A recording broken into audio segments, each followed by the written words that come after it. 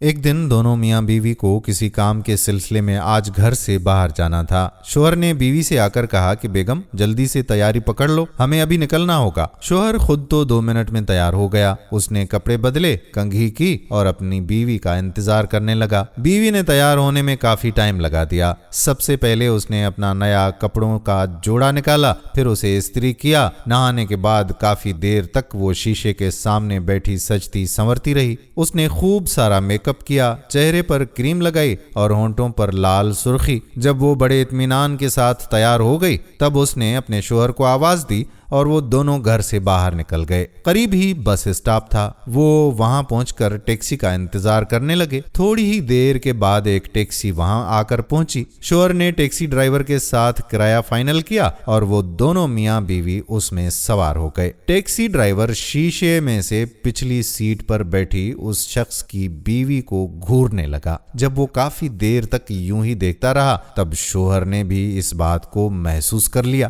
اور وہ بڑے سخت لہجے میں ٹیکسی ڈرائیور سے مخاطب ہوا کہ ارے بھائی اپنی ڈرائیونگ پر دھیان دو، پیچھے کیا بار بار دیکھ رہے ہو؟ ٹیکسی ڈرائیور نے بلا جھجھک جواب دیا کہ میں آپ کی بیوی کو دیکھ رہا ہوں جناب، اور مجھے اس کے لپسٹک کا شیڈ اچھا نہیں لگ رہا، اس لیے آپ اپنی بیوی سے کہہ دیں کہ اسے صاف کر دے۔ یہ سنتے ہی ساتھ ہی شوہر نے غصے سے اس کا گریبان پکڑ لیا اور بولا کہ تیری اتنی ہمت کیسے ہوئی جو تو نے یہ بات بولی؟ ڈرائیور نے مسکراتے ہوئے کہا کہ بھائی آپ غصہ نہ ہو، اگر آپ کی بیوی آپ کے لیے سجتی سنورتی ہوتی تو گھر میں سجتی، یہ تو راستے کے لیے تیار ہوئی ہے اور راستے کی ہر چیز پر تنقید اور پسندیدگی کا اختیار ہر شخص کو ہوتا ہے۔ یہ سنتے ہی شوہر کا غصہ جھاگ کی طرح بیٹھ گیا اور اس کی بات بالکل بجا لگی۔ اس نے فوراً اپنا رومال نکالا اور اسے اپنی بیوی کو تھماتے ہوئے بولا کہ اپنا میک اپ صاف کر لو۔ دوستو یہ کہانی فرضی ہو لیکن اس میں سچائی ضرور ہے۔ ہمارا مقصد عورتوں پہ تنقید کرنا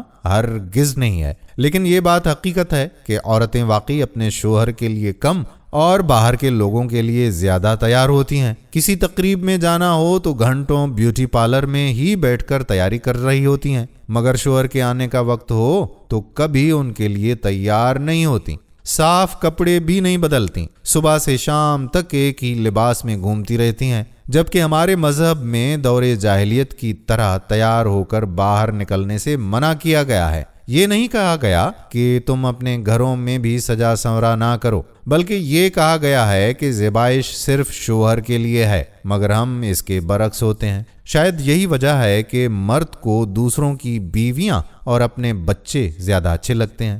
دوستو دعا ہے کہ اللہ پاک ہم سب پر اپنی ہدایت کے دروازے کھول دے اور ہمیں اپنے دین کے مطابق زندگی گزارنے کی توفیق عطا فرمائے، آمین۔ دوستو اگر یہ بات آپ کو اچھی لگی ہو اور متفق ہوں تو اس ویڈیو کو اپنے دوست و احباب کے ساتھ شیئر کرنا مت بھولیے گا۔